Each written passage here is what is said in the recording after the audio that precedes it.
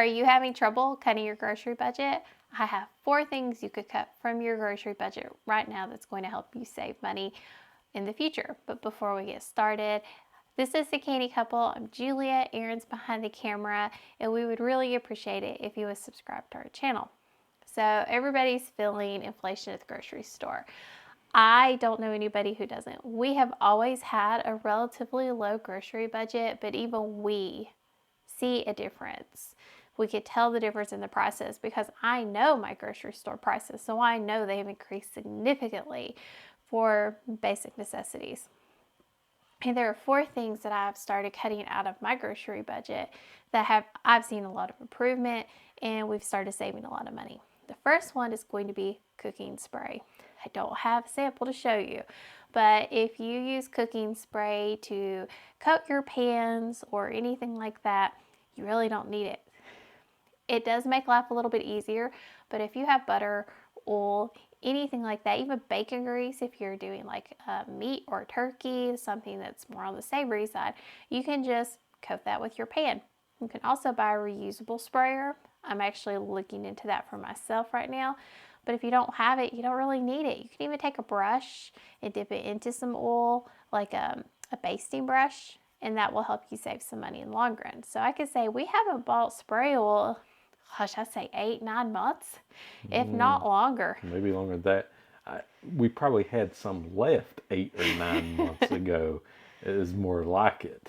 Yeah, I've not bought spray oil, cooking oil in a long time, and that's really helped our budget because we were paying anywhere from $2 to $3, some places even $4. You can get it at the Dollar Tree, but I found that I really ran through that really quickly. The next thing is salad dressing. Now this has been a huge boost to my grocery budget. This one here hurt me in the stomach. So we would buy a lot of salad dressing pre-made, and my goal is to actually start making our own this summer and spring whenever we have our own greens. Find a recipe that Aaron really likes, maybe a couple, and really start making those at home. You don't need a lot of ingredients. It's super simple. Oil, vinegar, balsamic vinegar, honey, mustard, some hot sauce. You don't need much at all. There's so many recipes that have like 3 or 4 ingredients or less. And a lot healthier. And a lot healthier. You get to control. So salad dressings are a huge one you can cut out of your budget. I know for us, we were spending so much money on them. We always had a really big stockpile, and I can't tell you how many we threw away. Yeah. Because we didn't get through them. The next thing is name brand, but there's a caveat here. If you can get it on a discount and get cash back on it for rewards, I would tell you to go with the name brand because you're going to save more money, you're going to get more bang for your buck. But for most cases, unless you really, really, really want the name brand, you don't have to have the name brand. You can go to the other. I can't think of any reason we would get the name brand for anything. No. For the most part, we only get the name brand when there's a really steep discount, and I can get cash back as well. Otherwise, we stick with the generic. Usually it's just as good, if not better. It's just one of those things that you see a name brand, you feel like you have to get that name brand. I can tell you, I haven't had a name brand Oreo in years and years and years, but with something we don't eat regularly anyways. So I don't have to have the name brand there. I can get name brand chips occasionally, name brand pizzas, but again, only on a discount. The last tip I have for you, but I have a few bonus as well. The last big tip I have for you is to make sure you are not buying fruits and veggies out of season, and also that you're focusing on building a pantry with things that are on sale. So what does that mean? Things that are in season. Don't buy strawberries when they're going to be $5, $6 for a teeny tiny package. Make sure you're buying strawberries when they're in season, and like the local farmers market have them on sale. That's when we can get the most bang for our buck when it comes to strawberries. That's when we'll focus on getting strawberries. Same thing with blueberries. You don't want to buy blueberries in December when they're going to be really, really expensive because you're going to pay up for that extra cost. Most of your vegetables, same thing. Most of your spring vegetables, your squash, your zucchini, a lot of your lettuces, they're going to be more expensive in the wintertime. So really make sure you're looking at the prices, you're focusing on that, and you do catch like your fruits on sale, buy them up on a good price and put them in the freezer and you can use them later. Now, sale items. I preach this all day, every day. I do not like to buy items at full price. I will occasionally if it's a necessity, but for the most part, I know my sales price. I know this week pasta is on sale for 89 cents. I'm going to be stocking up on pasta because it is on sale. And that is one of the reasons that I have a working pantry. I've built my pantry around the staples that we need, and I get them on a deeper discount than when I actually have to have them. So you want to make sure that you're buying your food when it's on sale to build your working pantry so you can constantly be rotating this food and you're not paying the full price. You're paying yesterday's prices for today, and you're able to give yourself a little wiggle room to actually get it on sale. Now, I know a lot of people are buying week to week, and it's really hard. Take $5 or $10 of your grocery budget. You don't need a lot, you just need a little bit. And you're going to just focus on one sale item or two sale items, depending on what you're getting.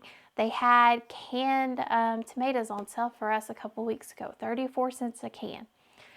If I didn't can my own tomatoes, I would have bought my limit and probably had somebody else go buy their limit for me as well, just to make sure I was maximizing my savings on that sale item. So it doesn't take much because you know you're looking for a sale. And then you're building your grocery budget around that sale, your meal plans around those sales items. And you'll see more about this later from us in future episodes. But focusing on those sale items and building your grocery meal plan around those sales items is going to give you some more wiggle room to help build your working pantry as well. So if you're buying chicken because it's on sale this week instead of ground beef, you're going to have a little bit more wiggle room. It's just the easiest way to do it.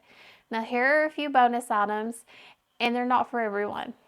One of the things that you can do to help save at the grocery store is to make your own bread. Now there is an ROI, return on investment here. You could probably, some people would say that to make their own bread at home costs more for them to actually do it than to buy a loaf. For us, I would say I've got a bread machine, it does all the work. I think it's cheaper for me to make it at home.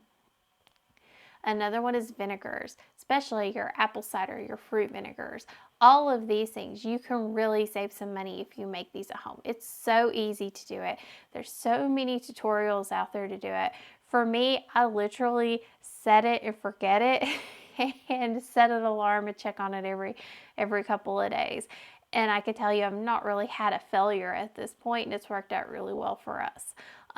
But vinegars are such an easy thing to make, and it takes so little, especially if you already have scraps around your house, like for apples when they're in season or whatever it is that you're putting away. Veggies and fruit. If you can grow your own veggies and you can source your own fruit locally or at home, or you can get it gifted to you.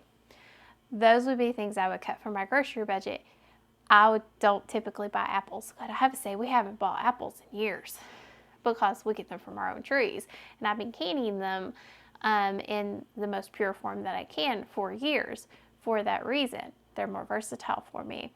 Same thing with any other type of fruit. Blueberries, blackberries, raspberries. These are things we don't buy because I grow them, and we grow enough that I can put them away for the year. So this is one of the things that will never be in my grocery budget because I'm able to actually source them myself.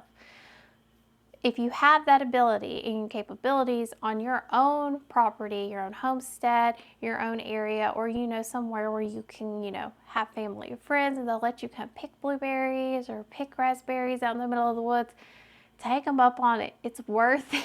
It really is with the cost of things. I can't even imagine what these things are going to cost next year because I've only seen the price go up and up and up. So those are my few items that I think you could cut out of your grocery budget to help you save money. What are yours? I would love to hear them. Please leave those in the comments below. If you have any questions, anything you want to talk about, leave those in the comments and we'll definitely get to you. Or you can email me at thecannycouple@yahoo.com. And we would really appreciate if you hit the like button. It really gives us such a wonderful feeling when people actually like the content we're producing.